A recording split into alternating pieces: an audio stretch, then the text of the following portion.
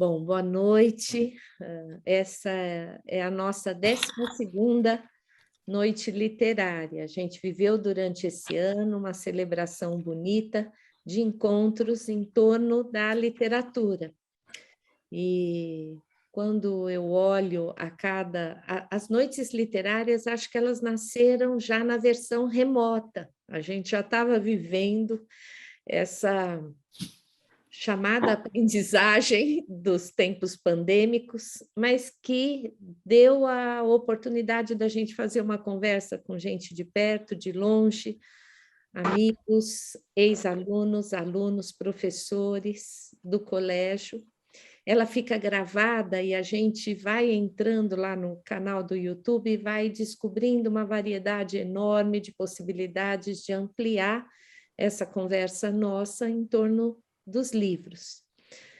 Quando eu li a apresentação que o Alejandro, a Sandra e a Ellen prepararam, depois vocês contam um pouco, eu pensei, eu não posso apresentar o Julián, tem que ser o Alejandro, porque é muito bonito o jeito de apresentar alguém que não precisa ser apresentado, porque ele está em casa, né? Muito bonito, é uma noite para a gente terminar de forma muito simbólica essa série de encontros que de alguma forma, a gente pôde caminhar por vários caminhos, por vários lugares diferentes da literatura, com autores, especialistas, sempre nesse modelo, um convidado e educadores da escola que recebem esse convidado a partir das suas leituras e das suas experiências sobre o livro e também sobre o autor.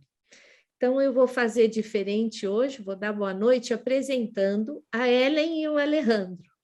E depois a Sandra conta um pouco sobre o modelo da noite e a gente parte para uma conversa gostosa até às 20h30. Como o Alejandro conversou, dá para ver pelos sobrenomes que a gente está em casa mesmo, com alguns familiares, amigos queridos, que podem viver essa experiência tão bonita do encontro hoje. Então, a gente está aqui com 2 educadores que, na hora de escolher, foi muito simbólico. Me ajudem para eu não errar. A Ellen, que tem um lugar aqui, depois eu explico, especial nessa noite, mas a Ellen Rosenblatt é mestre em Linguística Aplicada pela PUC São Paulo, é graduada em Pedagogia também pela PUC, professora desde os 7 anos, há 20 anos, alguém me explica, há 20 anos no Colégio Santa Cruz, atualmente membro da equipe da Biblioteca Padre Charbonneau, onde dá aula de leituras para o ensino fundamental 1 e participa de outros projetos culturais na biblioteca, e também é professora alfabetizadora na nossa EJA, ou seja, ela atravessa os cursos da escola. E o Alejandro Gabriel Miguelez, graduado em jornalismo e licenciado em letras, é educador do Colégio Santa Cruz desde 1994, sempre como professor de ensino médio, nas áreas de língua portuguesa e comunicação, como assistente da direção-geral nas comunicações e nas relações institucionais. Foi coordenador do curso de produção e estudos de textos, é coordenador pedagógico do ensino médio e atualmente leciona 2 eletivas, uma oficina de escrita e um curso de leitura crítica da mídia. 2 colegas queridos que nos acompanham e que têm, de alguma forma, o caminho ligado, e eu queria muito que na primeira apresentação eles pudessem dizer que história é essa da gente escolher com tanto cuidado os 2 para acompanharem essa noite o nosso convidado. A Sandra vai falar um pouco sobre como funciona a noite. Sejam todos bem-vindos e bem-vindas para mais uma noite literária. Eu espero que a gente ainda construa muitos outros noites como estas no decorrer de 2022 e no nosso futuro. Um abraço aqui, até daqui a pouco, quando a gente fecha. Sandra? Obrigada, Débora, boa noite. É uma noite literária muito, muito especial, como vocês vão perceber. E eu vou falar rapidinho, acho que muitas pessoas já sabem o nosso formato, assim, a gente faz a gravação para ela ficar disponível no canal do YouTube, então se alguém tiver alguma restrição, eu vou pedir para que fechem a filmadora, e a ideia é que a gente faça uma conversa com o Alejandro, o Julián e a Ellen. Então, a qualquer momento, as pessoas podem escrever aqui no chat, também se sentir à vontade em abrir o microfone, tanto o Alejandro quanto a Ellen, que vão estar conduzindo, disseram que as perguntas podem ser super intercaladas com os comentários e as colocações de vocês que também leram o livro. É isso e vamos começar. Ale, Ellen, com vocês. Eu começo, Ellen. É isso? Muito bem. Estão me ouvindo bem? Boa noite, bem-vindos, bem-vindas. Agradecer a Débora e a Sandra pelo convite, a Ellen pela parceria, o Julián pela existência. Vai ser uma noite muito especial, em que a gente vai poder conversar com um ex-aluno da escola, um grande escritor, e sobre uma obra que a gente leu. Então, esse formato de papo é porque, pelo impacto da leitura, a gente tem a chance de conversar durante 1h30, agora já são 1h20, a gente vai contando cronologicamente assim, o tempo que vai acabando, já antes de começar. Ellen, vamos fazer uma apresentação oficial e afetiva ao mesmo tempo, emendar 2, 3 perguntas. A gente tem perguntas para 1h30, se vocês nos deixarem, mas a ideia é justamente incluir vocês no papo. Estamos entre amigos e entre familiares, estou vendo. Então, fazer isso um pouco informal e, por isso, a apresentação ela é rápida, né?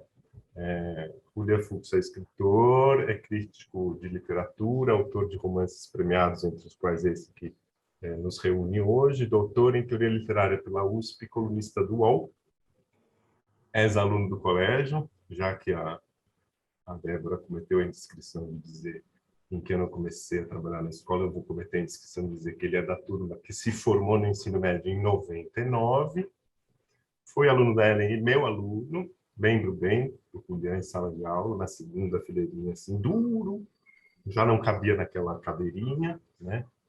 Lembro da caligrafia dele, que também mudou pouco, uma caligrafia firme, que afunda o papel, marca a folha de baixo do papel, sabe?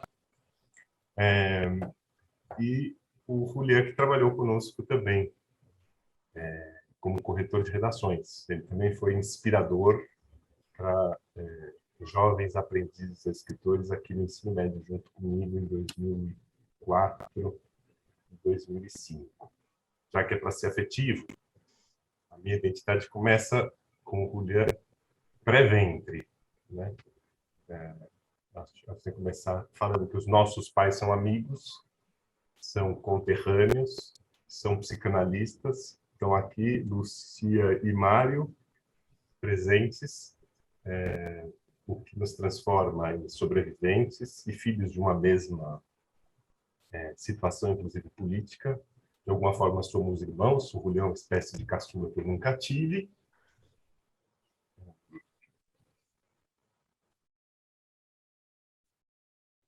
E... Começou. Eita! O Julián é ex-aluno do Santa Cruz, como eu sou ex-aluno do Santa Cruz. Ele é ex-aluno do curso de jornalismo, como eu sou. Foi meu colega aqui no Santa Cruz, trabalhamos juntos nas correções de redação. E aí seguiu-se o caminho. É dessas vidas, né, paralelas às nossas que a gente acompanha na torcida. Por isso, a minha interlocução hoje não é uma interlocução isenta, imparcial e neutra. Ela é uma interlocução de torcedor, né? E queria começar tentando não jogar direto para o livro. Daqui a pouco vem a Ellen poder se emocionar também, Ellen. Emendando uma pergunta, mas já fazendo um esclarecimento para quem leu o livro e percebeu que há componentes autobiográficos, que o pai, o personagem do pai que está doente no livro, está bem, está inclusive presente aqui, que Julián se tornou pai de 2 filhas, da Tulipa, né, de 4 anos, e da Penélope, de 2. Já vou passar a palavra para você, Julián. Você completa as apresentações oficiais e comenta as emotivas. Mas eu queria começar te provocando, fiquei com vontade de te ouvir sobre essa condição, que é um dos temas do seu livro, de refugiado, de exilado. O seu livro retrata, né? Com os dramas da Síria, com os dramas do Haiti, do Peru e alguns mesmo dentro do próprio Brasil, né? Pensando nesse componente autobiográfico tão marcante, presente na sua obra, mas nas 2 últimas em particular, quanto do seu próprio exílio, de filho de perseguidos políticos na Argentina, esses relatos de refugiados, de exilados, mobilizam. Com você a palavra, Julián. Bom, vamos lá. Boa noite a todos. Para mim é também uma enorme satisfação estar conversando neste contexto com o pessoal, com a comunidade de Santa Cruz, e particularmente estar conversando com vocês dois, Ellen e Alejandro, e, enfim, não só foram meus professores, mas foram professores muito marcantes, né? Acho que foi escolhida muito a dedo essa configuração da conversa. Eu já senti que teria um valor a mais, um afeto a mais envolvido. E vou contar, por isso, 2 anedotas aqui. Não sei se vocês planejavam que isso fosse contado ou não. Mas a primeira é quando fui aluno da Ellen, prévia a minha experiência no Santa Cruz, né? 1 ano antes de mudar para Santa Cruz, eu era aluno do Vera Cruz e a Ellen foi minha professora lá. E foi uma dessas professoras muito marcantes, cativantes, que criam aquelas pequenas paixões infantis nas crianças, ao menos em mim. E foi assim um dos anos inesquecíveis da minha trajetória escolar, né? E só mais tarde, quando eu fui publicar o meu segundo livro, que chama Histórias de Literatura e Cegueira, que era o primeiro livro mais investido e tal, a minha mãe, que também está aqui, encontrou um boletim da época do Vera Cruz, em que tinha um comentário final de fim de ano da Ellen, e que era uma análise de quem eu era naquela época, que eu julguei muito precisa, muito profunda. No meio do caminho apareciam: suas histórias estão ficando muito boas, continue com as suas histórias, né? Eu fiquei me perguntando que marca aquelas palavras podem ter deixado, né, de uma professora que era tão fundamental para mim, que me marcava tanto, e num momento muito sensível da minha trajetória, porque era justamente quando eu estava saindo de uma escola para entrar em outra, e terminar com aquelas ideias, né? Suas histórias estão ficando muito boas. Eu sei que desde sempre, como o que eu tinha de escritor quando criança era que eu dava muita bola para o que achavam das coisas que eu escrevia, né? Não que eu escrevesse bem, nem um pouco, mas isso era mais importante do que me sair bem numa prova de matemática, né? E eu, naquele momento, não achei que era muito fundamental o que tinha acontecido ali. Fui atrás da Ellen, porque queria convidar ela para o lançamento. Foi trabalhoso, era uma época não anterior à internet, mas uma internet mais tateante, a gente não chegava lá tão fácil, ou a Ellen não era tão fácil de encontrar. E depois de muitas ligações telefônicas para Rosenblatt de São Paulo, cheguei a falar primeiro com o pai dela e depois com ela. E, para minha surpresa, apareceu ali no lançamento, e foi um momento ali também, outro momento marcante, forte, em que eu fiquei nervoso, assim, já era o meu lançamento, nos primeiros lançamentos, a gente fica nervoso nessas ocasiões. Minha forma de ficar nervoso, às vezes, é ficar sério, né? Não demonstrar exatamente a timidez, mas me mostrar sério demais. E o desfecho dessa história é outro. Eu vejo que a Ellen é uma figura muito especial e que me deixa sempre marcas fortes, porque se na primeira vez ela tinha dito continue com as suas histórias, agora, depois do lançamento, ela me mandou de presente em casa, deixou num envelope na portaria uma gaita, um bilhetinho bastante singelo dizendo: as histórias ficaram boas, agora brinca um pouco. E para mim essa marca também permanece. Assim, ainda hoje eu volto a pensar nesse agora brinca um pouco como um outro imperativo da minha existência, não só escrever, não só trabalhar e me dedicar a isso, mas também, de vez em quando, brincar um pouco. Então, a Ellen é responsável por duas inflexões na minha vida, né? E é uma figura, nesse sentido, fundamental na minha trajetória. E o Alejandro também. Essa história a Ellen já conhecia. Agora, o Alejandro talvez não lembre. Quando foi meu professor, em 1998, professor de redação do segundo ano, né? Você era a gente não se conhecia ainda praticamente, um dos primeiros projetos era um texto, um poema de autorretrato. Você propôs que a gente escrevesse autorretratos pessoais, né?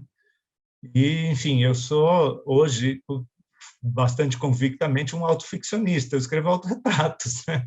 É isso que eu faço profissionalmente, basicamente. E a primeira ocasião disso, sem dúvida, foi essa, em que você pediu para a gente escrever um poema em autorretrato. Eu me dediquei, aquilo já me encontrava confortável naquele lugar, eu falei, putz, agora é aqui que eu vou, né? Nunca tinha feito, mas aquilo me movia, quase sentia, tenho algo a dizer, me conheço o suficiente, como a gente pensa na arrogância dos 16 anos de idade, né? E escrevi, entreguei tudo ali naquele poema, falei tudo que eu tinha para dizer, as coisas mais profundas sobre mim mesmo, ou qualquer coisa assim que a gente possa pensar dessa época, do que a gente pensa nessa situação. E você, ardilosamente, como professor, definiu que a nota seria dada no instante de devolução dessa redação, a nota, o aluno tinha que adivinhar que nota recebeu. Se adivinhasse, ganhava um ponto extra, né? Tinha esse jogo, que eu não sei se você continua utilizando nas suas disciplinas, naquele momento você usou. Eu fiquei, putz, mas eu entreguei tudo de mim aqui, então minha nota deve ser A, não é possível. Assim, é aqui, eu me encontrei nesse negócio. E meio envergonhadamente, porque de novo, a pretensão máxima, você dizer uma coisa dessa, qual é a sua nota? A. Mas tomei coragem e disse A. Você me entregou... não foi exatamente, você me deu um B+. Aí eu achei aquilo, ao mesmo tempo, desnorteador e fundamental de novo. Porque é isso. A gente nunca chega a se autorretratar e merecer um A, em nenhuma circunstância da vida, em nenhuma situação, em nada do que a gente escreva. Não cabe, a gente não termina, porque a gente não vai chegar a dizer nenhuma palavra fundamental sobre a nossa própria existência. A gente tenta, o que faz é tentar. Então, também me ficou essa lição que eu não esqueço e que deixo como marca para este momento, para comentar nesse momento. Mas você me fez uma pergunta que vai em outras direções, passa também por autorretratos e entra já no livro, para a gente não ficar aqui só nas afetividades. Eu escrevi mais concretamente sobre essa trajetória própria, sobre a ideia do exílio, na verdade se convertia na minha existência numa interrogação e não numa afirmação, né? Nunca consegui, provavelmente você também não, Alejandro, não sei como você sente essa questão, mas me enxergar como exilado. Os exilados eram os meus pais, e para mim existia a pergunta se o filho de um exilado que nasce durante o exílio é também um exilado. É a pergunta norteadora ali da resistência, em que, no final das contas, começo a explorar essas relações familiares, pessoais, a infância, a relação com meu irmão, com a minha irmã, e depois vai migrando em direção à história dos meus pais, que são os verdadeiros sujeitos do que é possível narrar ali naquele contexto. E na passagem para a ocupação, existe realmente essa disposição de olhar para a figura do refugiado, né? E eu acho que tem uma sensação de que houve uma mudança do foco do sujeito político da contemporaneidade, né? O sujeito político de algumas décadas atrás era o exilado, né? Em países que realizavam muito esse movimento de perseguição e geravam tantos deslocamentos dessa maneira, o sujeito político era o exilado e a questão era o exílio, que me fez ler livros e mais livros a respeito. E no presente a questão é o refúgio, o sujeito político é o refugiado. E algo que para mim, no caso pessoalmente, se afasta da minha própria experiência ou da experiência familiar, embora sutilmente, me afasta e me aproxima, né, ambiguamente, dessa figura, porque é e não é uma experiência semelhante, né? E aí tem o olhar que se abre nesse livro, que é um olhar para a alteridade, para o outro, né? O que interessa ali é a experiência do outro, é ouvir agora, e não mais aquela experiência que pode ou não pode ser a minha, né? Como era a dos meus pais, em alguma medida é, em outra medida não é. Sim, em ocupação me interessava a experiência que eu não alcanço, que eu não chego a compreender plenamente e que, por isso, se mantém em movimento dentro do meu próprio pensamento, né? Já comecei falando demais, a Débora já deve estar preocupada com as questões de horário.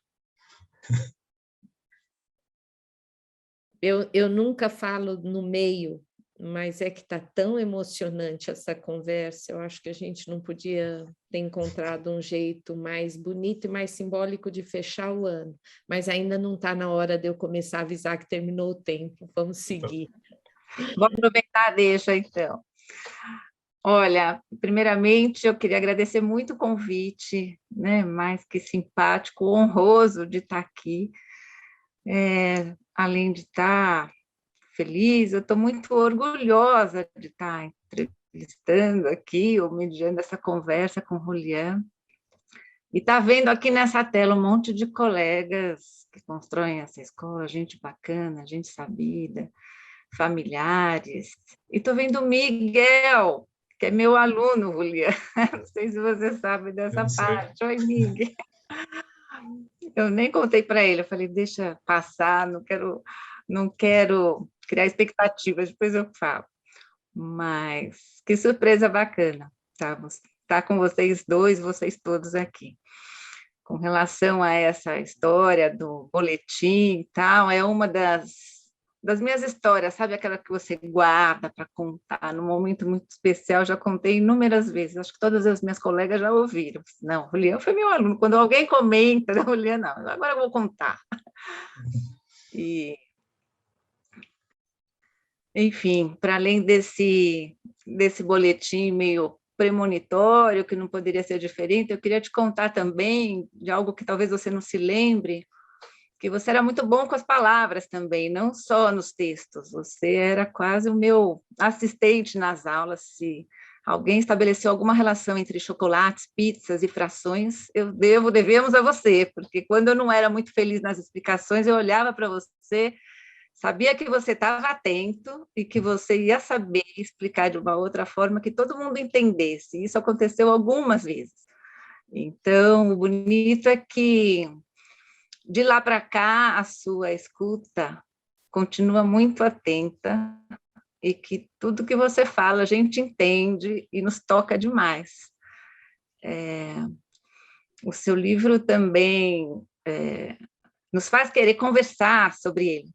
E quero te contar também que eu li, a minha família fez a lição de casa junto comigo, os meus amigos, a gente fez um clube de leitura no sábado passado só para falar do seu livro, que foi mega elogiado, todo mundo gostou, e trago algumas perguntas minhas desse grupo, enfim, é uma dialogia aqui pura, muitas vozes. E como você já se apresentou e nessa primeira sua fala falou de alteridade, autorretrato, ambiguidades. Então, eu vou aqui com a minha primeira pergunta, que é sobre o narrador, algo que me inquietou muito, do Sebastião, né? E achei curioso você fazer aquela brincadeira marota, né? De que, pai, aqui você me chama de Sebastião. Eu falei, ele está lembrando que não é o Julián, porque a gente esquece mesmo. Eu falei, mas quando eu acabei o livro, alguém falou de Sebastião, eu falei, mas ele apareceu só uma vez, só que não, reli, apareceu outras várias. E queria que você falasse um pouco sobre isso, em que se diferenciam, as coincidências são muitas, mas no que se diferenciam Sebastião e Julián. Sim. Bom, eu não sabia isso tudo que você falou que eu não lembro, eu acho que eu nunca soube essa sua impressão minha como aluno. Não estava na sua cartinha. Então, agradeço porque foi um acréscimo à minha história pessoal. Te agradeço por ter dito essas coisas que eu sequer nem imaginava. Não era a imagem que eu teria de mim mesmo dessa época, ou de qualquer época. Mas vamos lá. A imagem que a gente tem de si mesmo, ela se torna aí fonte de literatura em grande medida, né? Quando a gente está escrevendo autoficção, a gente se projeta ali e se transforma em outro sujeito. Acho que isso é muito claro, né? Nesse projeto, nesses dois romances, A Resistência e a Ocupação, em grande medida eu me vi movido por um ímpeto de sinceridade, né? Querendo escrever coisas que eram muito fundamentais para mim, coisas marcantes, e querendo dizer coisas que permanecem também, né? Não só experiências que vivi, mas experiências que permaneceram em mim e se tornaram definitivas no que eu sou. Só que o ato de escrita é sempre um ato de distorção, né? A escolha das palavras, bem sucedida ou não, ela é alteradora, né? Ela altera aquilo que a gente deseja construir como sentido, né? Inclusive por uma estratégia de sedução, porque outra palavra que não a que diz exatamente aquilo que eu planejava dizer, talvez diga melhor, né? Então essas pequenas distorções que a gente vai produzindo na experiência, na trama, na interpretação, no sentido, elas se tornam constitutivas da própria obra literária, né? Em qualquer abordagem semelhante a essa, em qualquer autorretrato, né? Seria possível dizer. E por isso a gente passa a pensar o autorretrato não propriamente como autorretrato, não propriamente como autobiografia, e sim como autoficção, né? E não que tem justamente como proposta na sua construção aí do conceito uma mescla, né? Autobiografia se misturando com a ficção, se fazendo um híbrido. E a marca central desse hibridismo, a meu ver, né, tem muitas interpretações diferentes em torno disso, mas a marca central para mim é o pacto ambíguo, né? Cria uma situação com o leitor que é de aproximação e afastamento, reconhecimento e dúvida, né, e hesitação. Essa experiência que é o Julián, mas não é o Julián, é algo que não só é inevitável em qualquer tipo de construção sobre si mesmo, como é desejável num dado momento. Então, para mim, passou a ser um propósito construir esses mecanismos de dúvida, né? Esses mecanismos de ambiguidade, em parte momentos que afirmam a veracidade daquilo, a correlação entre a vida e a experiência pessoal com aquilo que se narra, em parte uma afirmação, em outras passagens, uma afirmação da própria ficcionalidade, da invenção, momentos em que vem à tona a distorção dos acontecimentos, né, que o que se narra não é propriamente o que se desejou narrar, e etc. E, finalmente, como esse momento que você cita, né, do pai virar para o narrador e dizer, quando ele anuncia que vai ter um filho, parabéns, Julián, não, aqui você me chama de Sebastião, é um tipo de mecanismo que tinha como propósito a construção simultânea da veracidade e da ficção, né? Então, é afirmado o nome Julián pela primeira vez e única no livro, não é a única, porque na carta do Miyakoto também tem o Julián, mas, enfim, única vez que eu mesmo escrevi o nome Julián nesse livro, mas esse nome já é negado.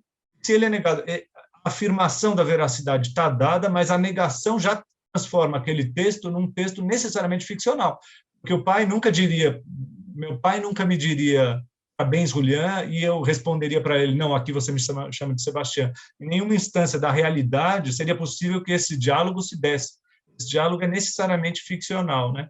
Então, era a proposta de construção da ambiguidade de uma maneira que já não seja separável, em que um capítulo é mais verídico e outro capítulo é mais inventado. Aqui as duas coisas completamente abraçadas e a gente não separa mais, né?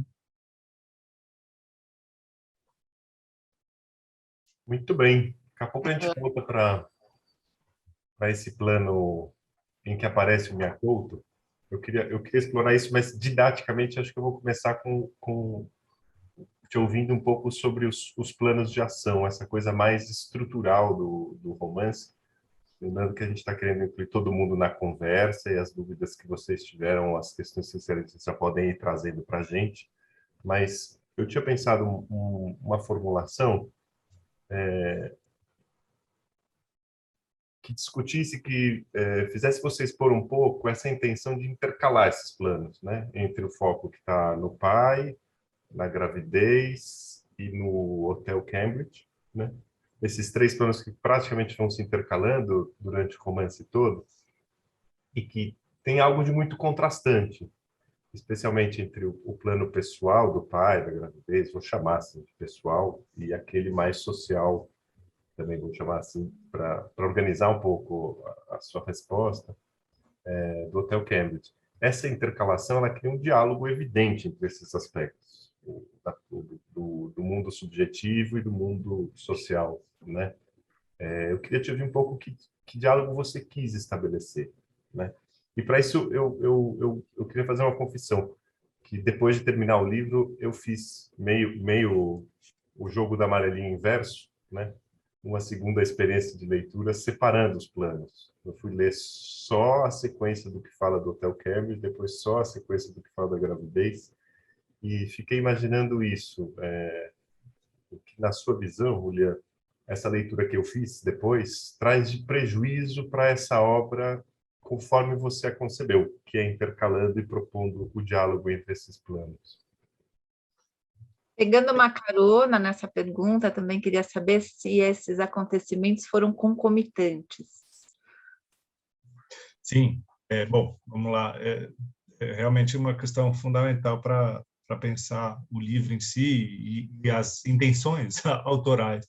Mas nem sempre essas intenções são tão perfeitamente conhecidas pelo próprio autor, né? Eu sei que, em algum momento, o livro foi se configurando assim. A princípio, esse livro tinha outra característica, ele se chamava Os Olhos dos Outros. Eu ainda não tinha sido convidado para participar daquela residência na ocupação de moradores sem teto. Aquela experiência não estava ainda transformando completamente, mas era ainda uma opção, era já uma opção por olhar para mim e para o outro, né? Uma opção expansiva, né? Em que, se num romance anterior, Procura do Romance, meu primeiro romance autoficcional, era muito centrado em mim mesmo, depois a proposta foi abrir um pouco a um círculo ainda muito íntimo, mas já constituído por outros, meu irmão, minha irmã, meus pais.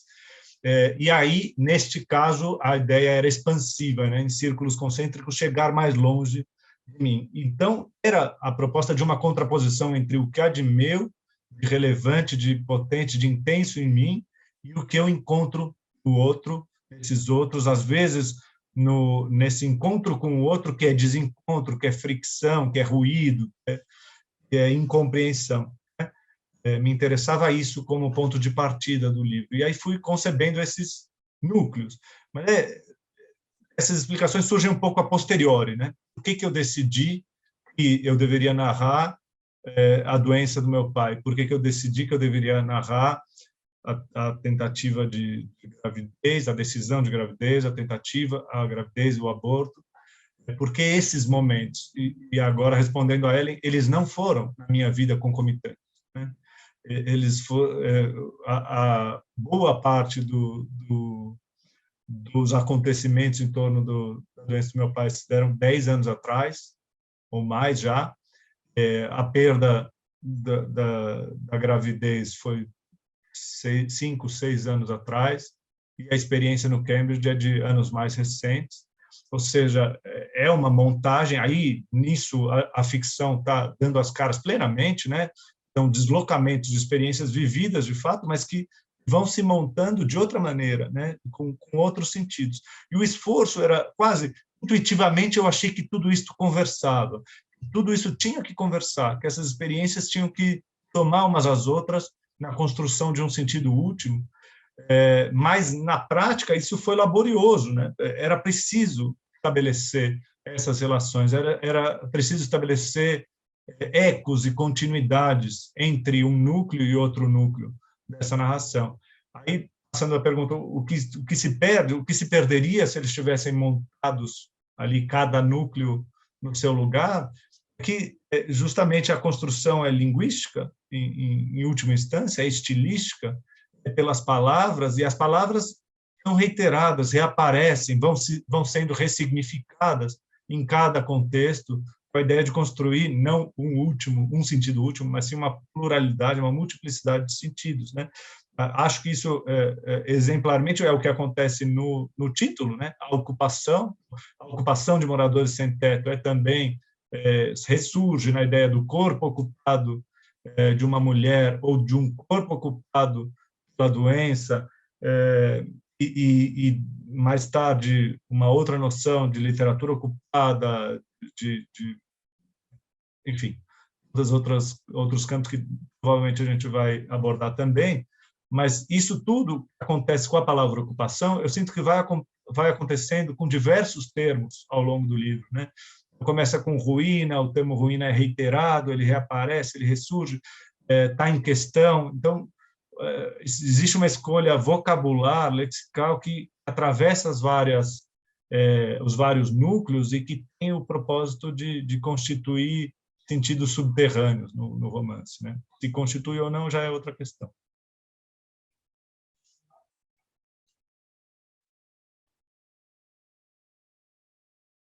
Está no mudo. Tem alguma pergunta, Sandra? Podemos seguir? Por enquanto não tem, pode seguir, mas se alguém tiver, pode abrir o microfone também e falar. Esse movimento de expansão, Juliane, que vai de resistência à ocupação, ele continua, ou seja, você tem ideia de publicar outro livro e uma trilogia, ou quem sabe uma série, e com esse mesmo tom, né, que força a língua para essa polissemia, né, ou palavras de ordem como resistência e ocupação? Qual é a linha, qual é o plano? Bom, primeiro que quando eu escrevi a resistência não estava previsto o que eu escreveria em seguida, né? Ou seja, eu não tinha a ideia de construir um díptico de livros, que é como eu entendo hoje, né? A resistência e a ocupação com livros muito relacionados, muito vinculados, né? Como uma forma de olhar para o mundo, pensar as relações entre o pessoal e o político, pensar as maneiras como a história política incide na vida dos indivíduos, né? Eu não tinha essa ideia. A cada vez, quando termino um livro, é como se morresse o meu projeto, e depois, de alguma maneira, ele renasce, né? Ele ressurge. E o sentimento, tem quem leia, e essa trilogia já foi, porque o Procura do Romance, que é um romance anterior à Resistência, é o romance em que surge Sebastián, já tem questões com a Argentina, já tem questões políticas se insinuando, mas ainda muito vagamente, mais centrado nos conflitos de um escritor tentando produzir o seu romance, daí o título, né? Já tem sido lida a sequência como a trilogia ali do Sebastián. Aí eu não precisaria escrever o próximo. Outros estão esperando, já que ocupar e resistir é a palavra de ordem no nosso tempo, mas ela é derivada, ela é um encurtamento de uma palavra de ordem mais longa, ocupar, resistir e produzir, né?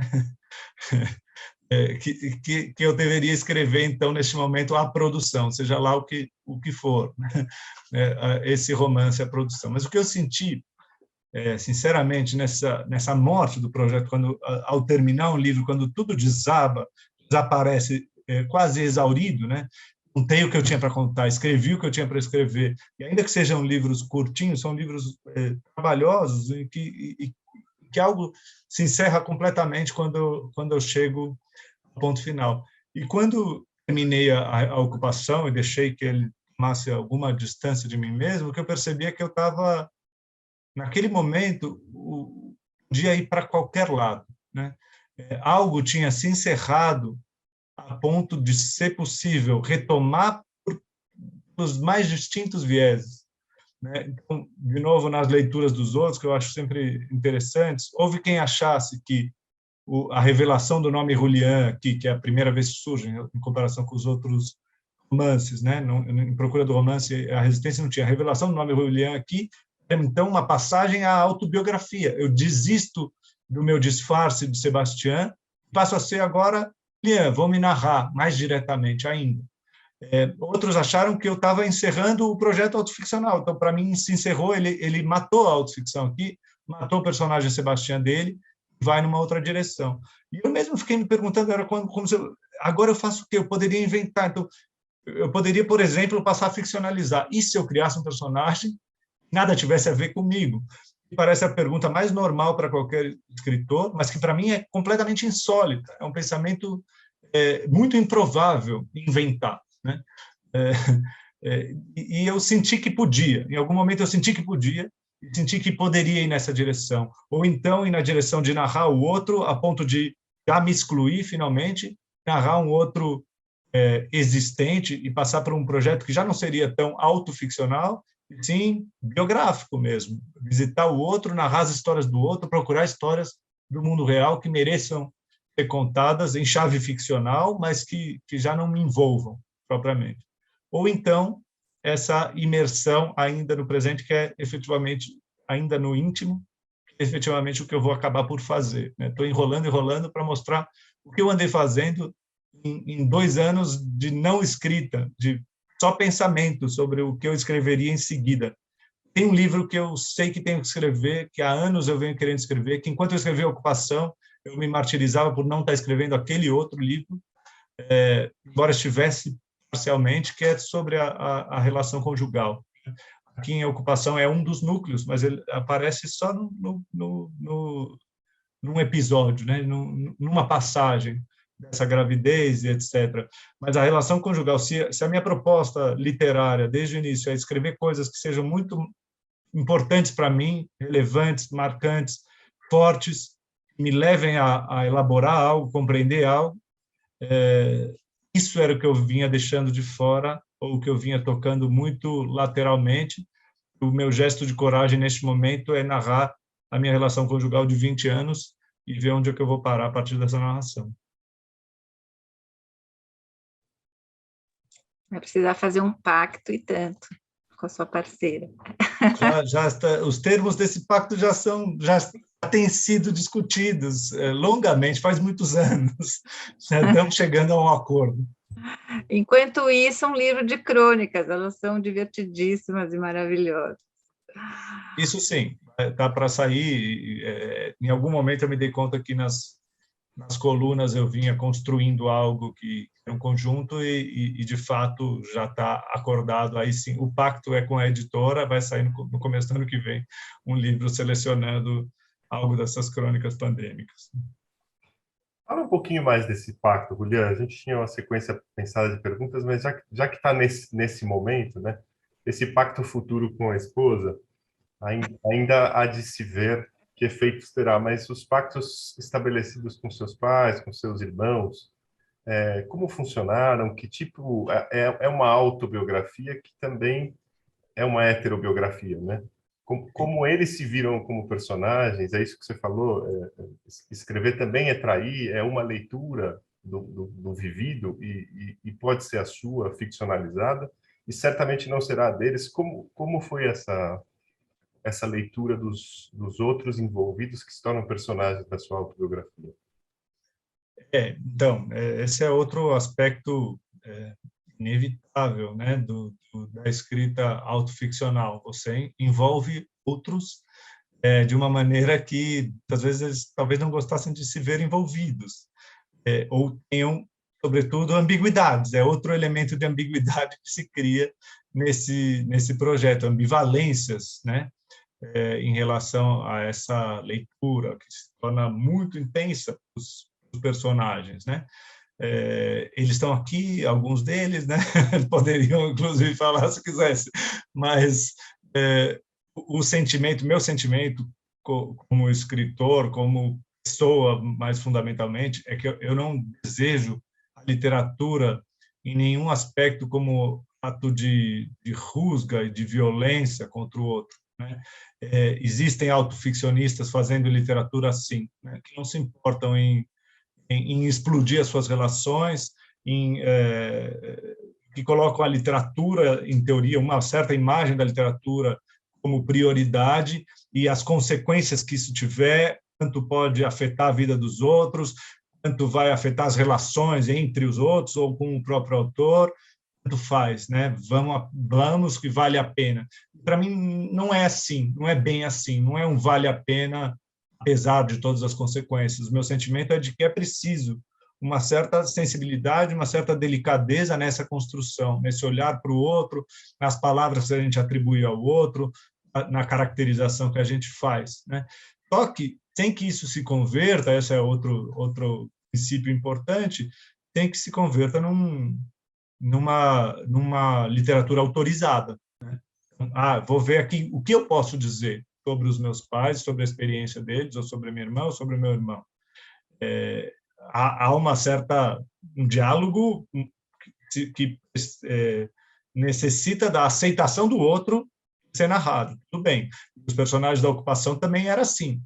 Eles sabiam que se converteriam em personagens. Era um pacto já estabelecido entre nós, anterior à própria escrita, né? Tudo bem, você aceita conversar com o escritor e ver como isso se desenrola numa obra ficcional que distorce, né? Que altera as circunstâncias, mas, ao mesmo tempo, não faço o gesto de buscar a autorização, porque não faz sentido nisso, porque seria uma autocensura, ou seria uma censura alheia. Não me interessa isso, mas me interessa, sim, muito a recepção, né? O olhar que o outro faz, essa leitura você está colocando, já que só pode estar marcada pela ambivalência. E o que eu fiz ali em A Resistência foi incorporar essa leitura, né? Incorporar esse comentário sobre o próprio livro, sobre a construção, o que eram diálogos longos passam a ser condensados ali. A ocupação, de novo, também, em alguma medida, presente esse olhar do outro para o próprio livro, o que vai sendo construído. Aqui se traduz mais como olhar para o escritor, as escolhas que ele faz, como ele se aproxima, o que ele tenta enxergar na ocupação, e os personagens vão dizendo, não, você está olhando errado para a ocupação, não é pela atenção ao indivíduo, você tem que olhar para o coletivo, não sei o quê. E essa é a maneira que eu desejo que a literatura se faça um pouco mais coletiva, aí, se multiplique nas suas vozes, não seja só a minha visão dessas questões todas, mas algo que se deixa tocar também, ainda que tangencialmente, pela visão dos outros. Olha, já que você trouxe a questão da recepção e o dos personagens, pessoas, né, do mundo real, eu vou trazer aqui uma outra pessoinha. Você vai me reconhecer aqui, Julia, alguns anos mais Oi, pessoal. Jovens, essa é a Júlia, minha filha, e ela estava nesse grupo de discussão e tinha uma pergunta interessante para fazer, que cabe aqui. Fala aí, Ju. Fiz minha lição de casa aqui. Já tinha lido o livro, reli depois que rolou essa combinação. Eu também fui aluna do Alejandro, muito inspiradores, realmente. O Alejandro e a minha mãe são meio suspeita. E o Julián também, que bacana tá participando aqui. Você falou, Julián, um pouquinho sobre a relação nesse processo de escrita entre o político e o pessoal, e isso está sempre mesmo presente no livro e tal. E me chamou muito a atenção, acho que especialmente por acontecimentos que rolaram depois, a prisão da Preta, né, e como essa questão política reverberou para além do livro, né? A Preta é hoje um nome super forte, né, nos movimentos por moradia e tal. Eu queria saber sobre a costura dessa relação com a Preta e se a sua relação com a Preta se expandiu para além do livro e do político, e, né, como é que foi a continuidade dessa relação, se houve? Sim, bom, obrigado pela leitura e pela pergunta. A Preta realmente é um personagem que a gente poderia considerar secundário dentro do romance, mas ela não desempenha esse papel para mim, né? Ela tem uma certa centralidade. Acho que o romance procura dar alguma pista de como essa relação foi se transformando, né? A primeira figura da Preta como alguém que está ali brincando alegremente, ajudando a organizar a ocupação, mas de um jeito ainda não completamente engajado e carregado de força. Então, aqueles olhos alegres e movediços que aparecem num dos capítulos iniciais. E mais tarde, encontrar a Preta de novo em novo contexto, né?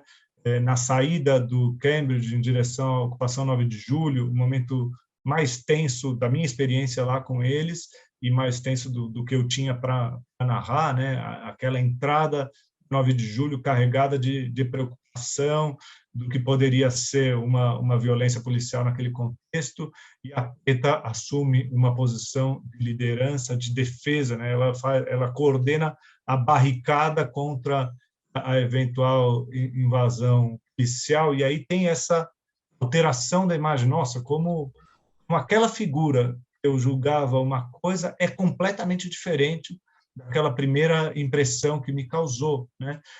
Como eu estava errado em compreender daquela maneira a Preta, né? E eu acho que a ideia é que funcione quase exemplarmente com tudo que aparece ali. Esses personagens eu não consigo, de fato, apreender num olhar rápido, num diálogo, mesmo quando ouço as histórias, eles são movediços, eles se transformam em outras coisas, né? E aí a Preta tem esse epílogo na história, já quando eu não podia encontrar com ela, porque enquanto eu escrevia o livro, ela foi presa numa prisão completamente arbitrária, estapafúrdia, né? Depois que o Wilton Paz de Almeida, aquele edifício que se incendiou e desabou, que era um outro movimento de moradia completamente diferente, nos seus princípios, inclusive, começa a ter uma perseguição política aos movimentos de moradia, às lideranças, e aí a Preta foi presa, passou 110 dias em terríveis condições, né? Em condições que realmente nos remetem às arbitrariedades de outro tempo, basicamente torturada naquela situação, né? Com certas formas de tortura que a gente pode identificar ali. A Carmen, outra figura forte, teve a sua prisão declarada, mas ela não aceita se entregar, então ela se tornou uma figura clandestina na cidade de São Paulo e saiu, basicamente não pisava mais nas ocupações. Até hoje elas estão proibidas de pisar nas ocupações que elas mesmas coordenam, né? Elas não conseguem coordenar de perto os seus movimentos, elas têm que estar de longe porque existe essa perseguição jurídica. Aí então elas estão se tornando outra coisa na minha imagem. São personagens que são sempre mais complexas do que eu enxergava, vão se tornando outra coisa, ganham outros matizes, e a minha relação com elas também vai ganhando outros matizes, né? Depois eu narrei algo da prisão dela, de ouvir ela cantar na prisão. Desde que eu publiquei o livro, frequentemente me chamam para fazer reportagens que incluam ela e incluam a Carmen, então a gente se reencontra, ou um filme recentemente que a gente fez, um curta que passou a ser também uma entrevista para ver como elas recebiam, como elas entendiam o livro. É uma coisa que acabou produzindo novos e novos encontros, e a verdade é que a relação se estreitou bem mais depois do livro do que antes. E o retrato que eu faço delas ali, talvez eu fizesse com termos completamente diferentes, mas eu acho interessante isso, essa instabilidade do olhar que a gente tem para essas pessoas, que nos exigiria continuar contando, continuar narrando e manter sempre uma relação com o movimento também. Aproveitar e ficar nesse tema da relação entre a literatura e a política, Julián. Toda literatura tem um componente político, porque de alguma forma propõe uma leitura de mundo, um estranhamento, quiçá uma transformação, né? Mas tem uma literatura engajada também, quase militante. Como você avalia este romance, e talvez também o da Resistência, nesse sentido? Há uma luta sua e da sua escrita em favor de algum valor que possa ser denominado político?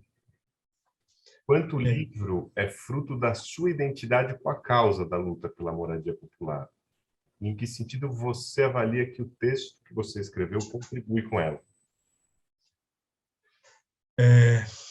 Bom, sim, é curioso, porque essa não é necessariamente uma posição a priorística minha, né? Não é que eu defendo desde sempre que a literatura deve ser política, que a literatura deve ser engajada, deve ter um posicionamento. 10 anos atrás, quando escrevi Procura do Romance, que é parte de um mesmo projeto, em alguma medida, talvez eu não tivesse nada próximo desse olhar, porque estava mais próximo da postura daquele tempo, né?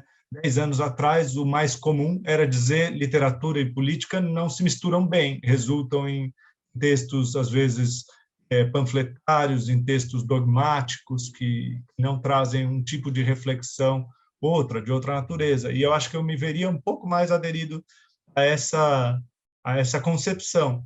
Só que os tempos vão se transformando. Eu fui, no final, fui, como crítico literário, estudar essas transformações também, como os posicionamentos de se a literatura deve ou não ser literatura política, se misturar com a política, eles vão variando de acordo com os interlocutores, sim, mas sobretudo de acordo com as épocas, com os tempos.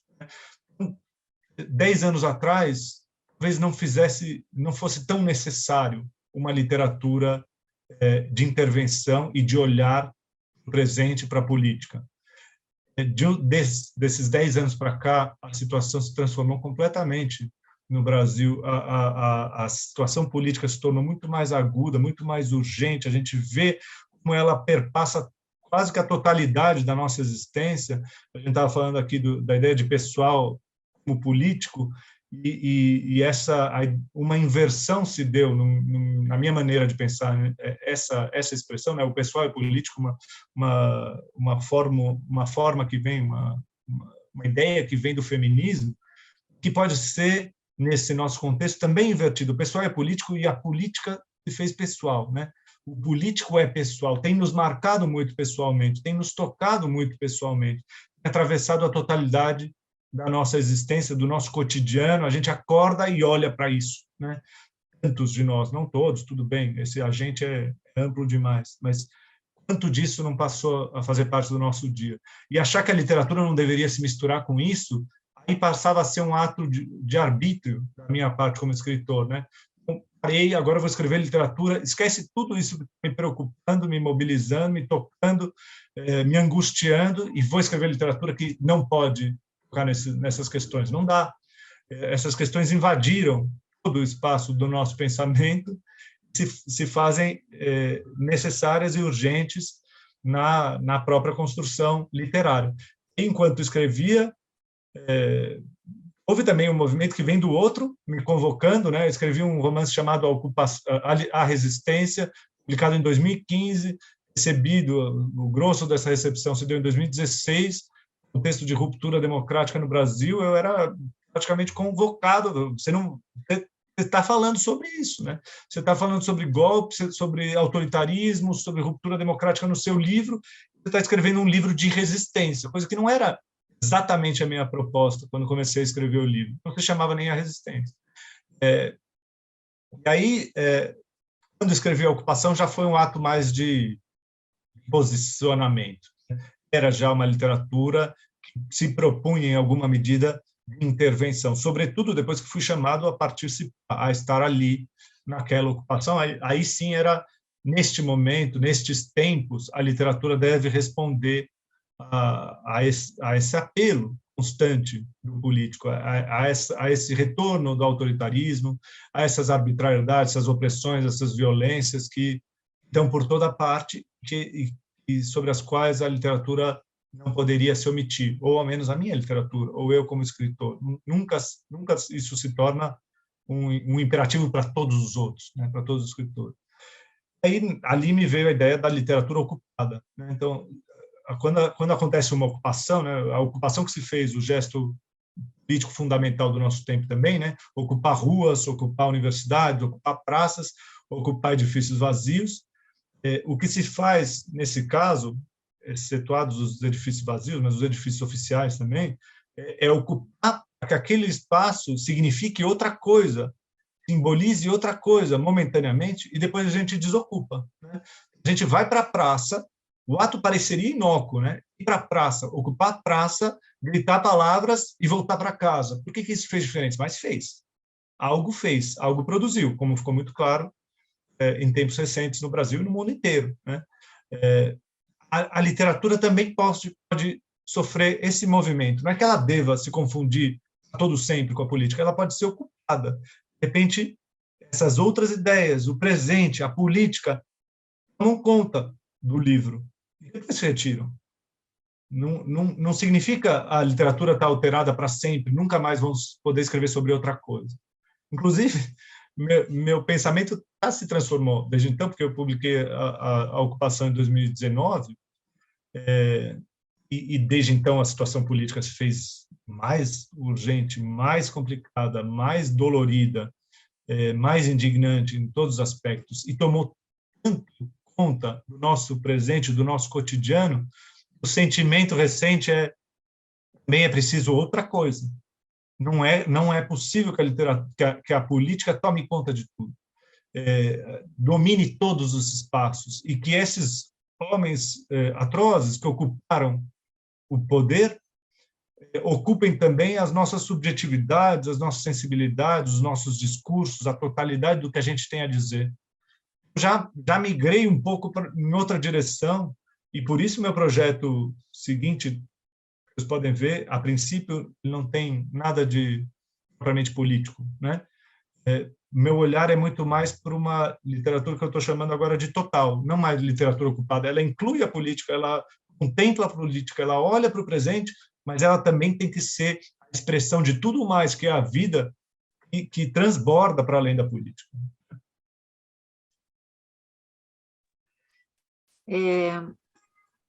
Eu não sei se cabe agora, fico aqui pensando se essa autoficção também tem a ver com todo esse momento político, né? Se é uma criação, o pós-romance, como eu já vi você falando em alguma entrevista, se é uma coisa do nosso tempo e que dialoga com esse momento político.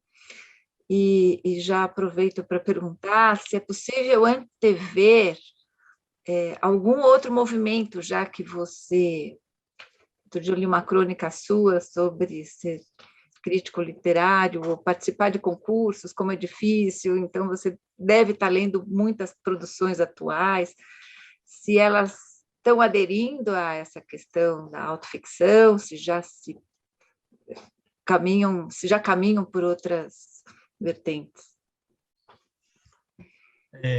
Bom, acho que tem talvez duas perguntas aí. A primeira é essa relação entre a autoficção e a política, que ela é parcial, né? Não é total. A autoficção não surge completamente relacionada com o pensamento político. Inclusive, ela surge bastante separada, é mais próxima da proposta psicanalítica, né? Quando o termo surge no final da década de 70, é com a ideia de exploração de si, de autoconhecimento, próxima do discurso psicanalítico. Vou escrever ficcionalmente sobre mim para chegar a me compreender.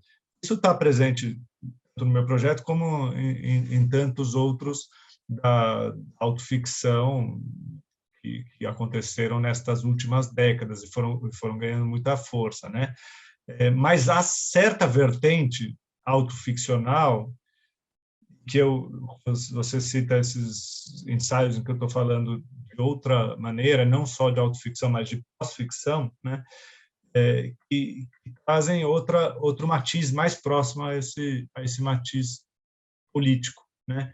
É a ideia de falar de si, de contar de uma experiência pessoal pelo que ela tem de abertura ao coletivo, pelo que ela tem de atravessado pelo político, pelo social, e de um olhar que se torna atento, de novo, às atrocidades, às violências, aos autoritarismos. Então, existe toda uma forma de autoficção, uma vertente da autoficção, que acaba respondendo à crítica tão comum à autoficção, que é a crítica do narcisismo, né? Do projeto egocêntrico, literatura feita dessa maneira. E que é uma crítica, convenhamos, muito justa. Né? De fato, os escritores estão falando de si mesmos num gesto narcísico, mas esse narcisismo não precisa estar marcado por uma superficialidade, por um vazio, por uma alienação. Né? Então, a resposta de boa parte da autoficção é uma aproximação ao político. Isso se dá de forma mais enfática ainda nestes tempos presentes em que a política perpassa tudo, como eu vinha dizendo. E fica a outra questão que é a mais difícil de responder.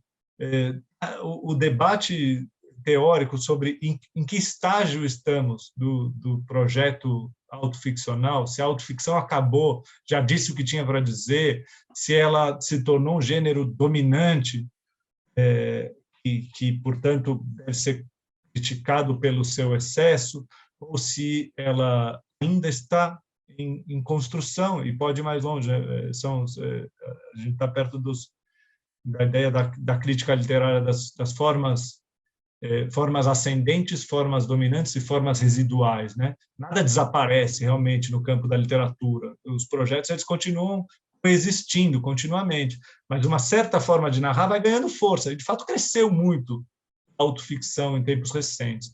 Mas que caminho, o que resta para ela, muito difícil de determinar. Tem críticos dizendo acabou, não aguentamos mais. Tem leitores dizendo que não aguentam mais. Mas eu sinto que ainda há muito a dizer. E esse projeto, que é uma das coisas mais... trouxe uma certa renovação ao campo do fazer literário, que estava em fase de retorno, de repetição, né? Então, de volta a um jeito um pouco antigo de narrar e de contar histórias. Aqui tem uma provocação a mais, eu sinto que não foi ainda levada ao seu limite, que ainda tem espaço para exploração. Por isso, não me afastei ainda dessa proposta, e vamos ver o que se dá, como a leitura vai mudando com o tempo. A gente só agradece, viu, que você não se afastou dessa proposta. É muito bom te ler. Queria voltar um pouquinho para o romance, para aqueles planos narrativos, planos de ação. Já no final da narrativa, e aí a gente vai trazer o Minha Couto e outra experiência de escrita com a qual você dialoga, não é uma orientação que não se transforma na própria literatura. Poderia ser uma interlocução de dois escritores conversando sobre uma obra, mas ela se torna obra, né? A inclusão da carta do Minha Couto inaugura esse foco, que é um novo plano de ação, mais metalinguístico, do narrador/autor, refletindo sobre o sentido da sua composição. Talvez à procura do romance. Em que medida a experiência de um escritor valida a do outro? Mesmo na perspectiva de terras mais sonâmbulas, para brincar com o título de um romance do Minha Couto.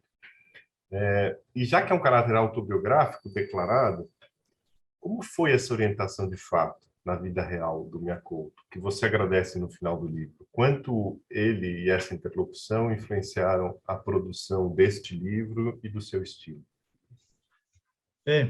Bom, esse é outro aspecto insólito, não necessariamente do livro, mas da vida, né? Logo depois de publicar Resistência, fui indicado para esse programa da Rolex Cultural, que tinha como proposta colocar em contato um autor mais experiente, consagrado, com um autor mais jovem. Naquele momento ainda podiam me enquadrar como autor mais jovem.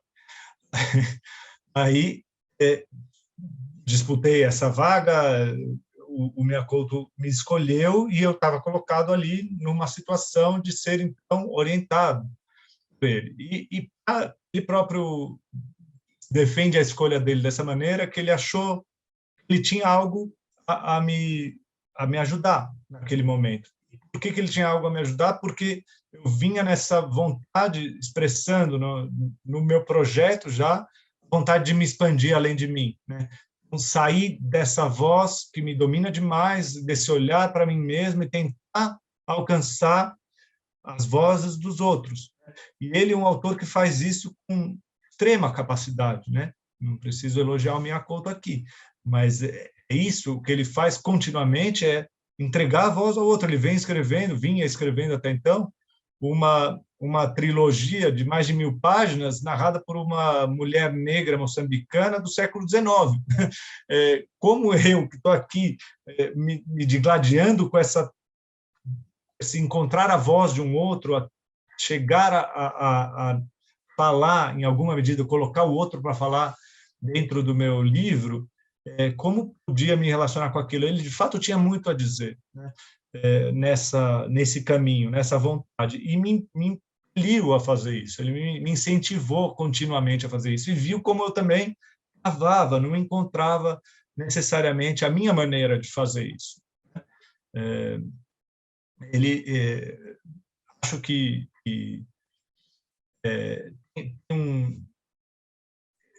ele respeitava esse projeto, ele não queria que eu aderisse à visão de literatura dele, isso estava bem claro, a gente tem maneiras muito distintas de olhar a literatura e propor, mas ele sentia que havia algo, um empurrão a mais que ele podia me dar, porque eu declarava essa vontade. O que fiz foi, realmente, ao longo do livro, aqui gradualmente dá para ver como a palavra vai se abrindo mais a essa escuta, o outro vai tomando mais a palavra dentro do livro, né? Ocupando mais o livro, propriamente, né? Primeiro, as cartas não, os trechos lidos de um autor sírio, vão dominando, ocupam, fazem parte de alguns capítulos, conformam alguns capítulos. Depois, uma personagem que toma a palavra, né? Duas personagens que vão tomar a palavra e vão falar em primeira pessoa, que, obviamente, são construções ficcionais, não é alguém que me disse aquilo, exatamente, tem esse jogo constante entre a voz do outro e a voz mediada pela própria literatura, pela própria construção. Finalmente, mais para o fim do livro, o gesto, aí tem um outro detalhe que eu não tinha comentado ainda, ele achava que isso vinha, o Mia achava que isso vinha de um controle, né, de uma tentativa absoluta de controle e de rigor, de domínio sobre o que eu mesmo escrevia e escrevo, né? Eu sou um autor realmente um pouco obsessivo nessa preocupação da escolha da palavra, da composição da frase, etc. E ele escreve com mão muito mais fluida. Então, nesse tempo, enquanto a gente dialogava, eu escrevia 3 páginas, ele me entregava 50 para eu ver como ele estava escrevendo. Eu lia muito mais os textos dele do que ele lia os meus, porque eu escrevo dessa maneira contida. Aí, o gesto que eu pude fazer era de romper esse controle um pouco, entregar um capítulo que ele escrevesse. Aqui, eu não domino, eu não escolho as palavras são escolhidas por um outro autor, a última forma de ocupação desse livro, né? Como vai ser ocupado por outro autor, que vai dizer coisas que eu não vou poder plenamente acomodar. Ele diz, de fato, é claro que é um autor habilíssimo, brilhante, que vai fazer um capítulo lindo, tudo bem, eu achei ótimo, é a melhor parte do livro, sem dúvida, mas a gente tem aqui também um exercício de concessão, a diferença, a distância, o ruído, que traz um tempo presente que não constava no livro, ele cria um problema temporal dentro do livro, porque ele fala de hoje, ele fala dos ditadores do nosso tempo, que são papagaios falantes, a gente pensa de imediato, ele está falando do Bolsonaro, que eu não falei, era uma sombra pairando naquele livro, que eu não tocava, que criava uma distorção temporal, mas ele cria a distorção temporal e eu tenho que aceitar a distorção temporal dentro do livro. Então, em alguma medida, eu senti que eu pude ceder a ele, pude me aproximar, entregar mais a palavra, perder mais o controle e o domínio sobre o meu próprio livro. Surpreendentemente, o último livro do Miyakoto é autoficcional. Então, agora a nossa aproximação foi plena. Mas a carta é dele, né, Juliana? É Esclarece dele. para a gente. Tem uma linha naquele exercício que é a sua apropriação do texto dele. Ele, de fato, ocupou aquele capítulo. Ocupou aquele capítulo e o meu contrato com ele, digamos, o nosso acordo era que o que ele escrevesse entraria. Não alteraria uma palavra, porque essa é a graça. Ali estava o jogo, de descontrole mesmo.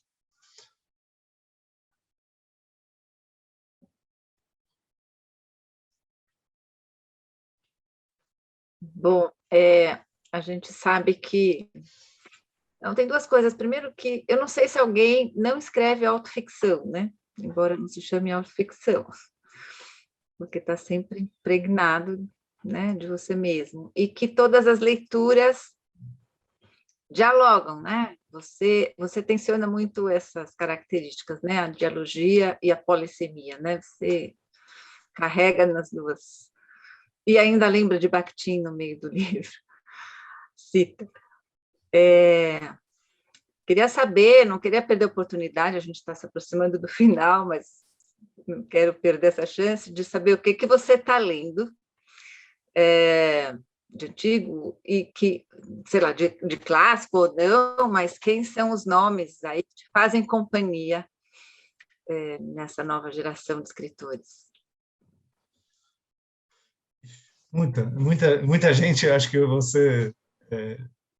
você lembrou desse texto da minha aflição de jurado de prêmio literário, que faz com que você faça uma imersão absurda em 230 livros em 3 meses, né, que é impossível de ler e as coisas falam e não falam simultaneamente, né? Uma coisa te toca, mas a outra que poderia te tocar não toca porque a gente não chega a conceber. A vida tem sido, de modo geral, uma certa loucura, né, nesse âmbito da leitura, né? Inclusive porque dou aula, leio textos dos alunos de criação e leio para as bancas em que eu participo enfim, se tornou raríssimo escolher o que eu leio. Mas, de vez em quando, posso. E aí, realmente, as coisas me mobilizam, me tocam de outra maneira. Recentemente, eu tenho lido tanto autores autoficcionais, né?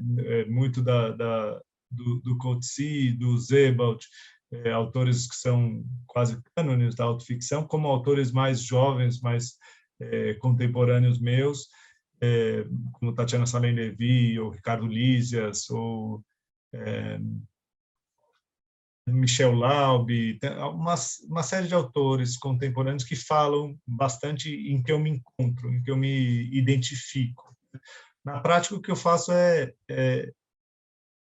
procurar estar ao máximo atento ao que está acontecendo ao meu redor, ao que está se produzindo em literatura, porque a literatura, a minha percepção é que se faz muito mais em diálogo, como você mesmo estava citando, esse caráter dialógico, muito mais coletivamente do que eu imaginava num primeiro momento, né? Quando escrevi sobre aquele sujeito solitário à procura do romance, né? Pensava ele consigo mesmo e seus pensamentos decidindo o que valia narrar. Agora percebo que a coisa se constrói de outra maneira, se constrói no diálogo entre livros, no diálogo entre autores e autoras, se constrói também nesse tipo de diálogo, nesse tipo de encontro, que passou a ser fundamental para mim. Se antes eu tinha a ideia de que, bom, eu escrevo aqui as minhas coisas, se alcançarem leitores, ótimo, se não alcançarem, tudo bem. Agora eu bebo muito disso, desse retorno, dessa conversa com o outro e dessa ideia do que as palavras podem gerar de efeito, de sentido. E aí, semanalmente, o meu exercício de escrita é esse, né? É ouvir um pouco o que estão dizendo os outros, calar um pouco os outros para poder dizer também, para poder encontrar algo de próprio para falar, e tem sido assim todo tipo de escrita que eu faço. eu vou encaminhando para a última pergunta antes que a Débora... nem precisou fazer, Débora. O papel chato de fazer o recorte temporal, de fazer a moldura, que a gente tem horário e tal. E vou fazer uma pergunta chata, porque é um exercício chato que eu quero te propor, porque eu queria te ouvir mais sobre o desfecho desse livro. E sei que tudo que você tinha a dizer sobre ele está lá. Se você não me perguntar qual é a nota que eu daria para o meu livro, estou tranquilo. Eu sei que é B+. Eu te conheço como corretor e como autocorretor não deve ser diferente. Eu queria te ouvir mais sobre o desfecho. Eu sei que tudo que você queria dizer sobre ele está lá escrito, mas se você topar esse exercício de falar um pouquinho mais, de esclarecer, né?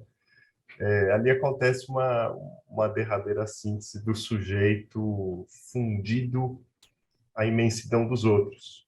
Isso que era o título provisório, do olhar dos outros, que aqui você expressou como a voz dos outros. Nesse gesto de virar as costas para aquela ruína recente, ainda em brasa, né? Essa busca, afinal, irmanar-se aos irmãos, solidariamente, na dor e na luta. Para você, essa identidade com a rua tem mais a ver com o Cortázar, que eu sei que é um escritor caro para você, que diz que a rua é uma floresta viva, onde cada instante pode jogar-se em cima de nós como uma magnólia, onde os rostos vão nascer quando nós os olharmos, ou dialoga mais com o Drummond, um Drummond de mãos dadas, do tempo presente, do não afastar-se muito dos homens presentes. E aí, esse seu final, ele tem mais de Cortázar ou mais de Drummond? Mais de Maradona ou de Pelé? Bonita pergunta. Acho que talvez possa se estabelecer uma relação com isso que eu vinha dizendo, da vontade de transformar a literatura de ato solitário em ato de aproximação, né? Ato de contato e de contágio com os outros, com o sujeito que escreve, já não fechado no seu escritório, e sim deslocado, colocado em cena, né? Assistindo de perto o acontecimento histórico, no caso, aquele incêndio trágico no centro de São Paulo, e depois isso, precisando dar as costas ao acontecimento e andando pelas ruas e sentindo que se funde aos outros e, ao se fundir, desaparece, né? Também, aí, dessa maneira, pensar um encerramento do livro, né? Pensar que algo desse narrador se dissipa no meio da multidão e a voz dele se faz a voz se mistura e se perde na voz de todos os outros, né? Acho que tem algo disso e algo de entrega ao movimento da história, de entrega ao movimento do mundo e ao movimento de luta também, né? Porque a luta se constrói aí, na coletividade. Essa é a lição mais evidente, conhecida, óbvia, que aquele movimento social me trouxe, né? Não tem como a gente pensar o narcisismo naquele contexto, né? Ele é uma distorção absoluta da lógica, da causa, né? Então tem aí um ideal de fusão massa, né? Que aparece inclusive relacionado o pai ficcional, que é também o pai real, e suas reflexões de um outro tempo sobre a necessidade desse intelectual se fundir ao outro, aos outros e ao movimento e às lutas. A proposta não é que isso se torne encenado de maneira teatral, né? Não é que ele se junta a uma massa em luta, a uma massa em batalha. Ele não está entrando numa manifestação naquele momento. Ele está simplesmente se perdendo pelas ruas, numa outra multidão, muito mais múltipla e indefinível, né? Então tem acho que alguma duplicidade ou alguma indefinição nesse movimento final. Ele se perde ou ele se encontra, né? Ele se funde ou ele se se indiferencia, né? Então, são questões que eu gostaria que permanecessem em aberto. Esse era o meu sentimento quando narrei aquilo tudo, né? E também convidava, em última instância, a um certo esquecimento, a um certo afastamento do horror narrado logo antes, né? Do horror do incêndio, que é um entre muitos horrores deste nosso tempo, desse nosso mundo, uma entre essas muitas ruínas que se alastram e que se tornam uma única grande ruína, contra a qual a gente resiste. Olha, eu queria falar mais uma coisa antes que a Débora finalize. Eu acho essa sua tocada muito freiriana. E vou ler aqui uma frasezinha do Paulo Freire. O educador se eterniza em cada ser que educa.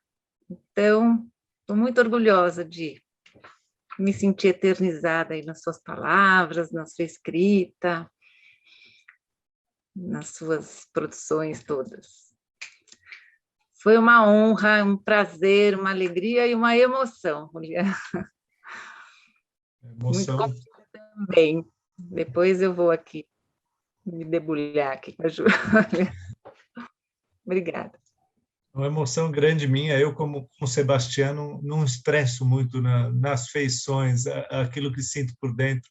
Vou falando meio seriamente, sem brincar tanto, como se não sentisse, mas sinto e senti muito isso tudo que vocês trouxeram e a vontade de me ouvir nesse contexto, isso tudo realmente me enche de satisfação. Agradeço muito. Bom, eu tenho dito que quando me perguntarem daqui a distantes 2 meses sobre o ano mais difícil da minha vida como educadora, eu direi que foi 2021, porque a gente tem enfrentado, eu não quero falar no passado ainda, um cenário para o qual nem na literatura a gente conseguiu imaginar viver o que nós temos vivido no enfrentamento de tempos tão difíceis, e eu não falo só nas condições de ensino e aprendizagem, mas como a gente continua vivendo, quase que tentando naturalizar em um cenário tão cruel, tão difícil, tanto do ponto de vista político como sanitário, uma crise civilizatória como a gente tem vivido, e a gente tem insistido em algo que os bons encontros, a literatura, a arte, a reflexão, o encontro, tem nos ajudado, não nos livrado, mas tem nos ajudado a buscar possibilidades para irmos mais um dia, mais uma semana, e hoje eu disse que a gente precisa agora procurar formas de celebrar esse ano. E eu não podia imaginar, eu sabia que ia ser bonito, mas eu não poderia imaginar que a gente ia ver essa lindeza aqui.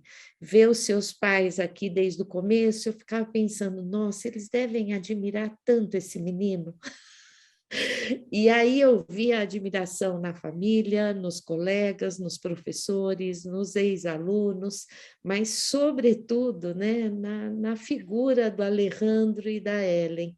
Vocês me deram um presente lindo como educadora. Estou sentindo que a gente soube celebrar.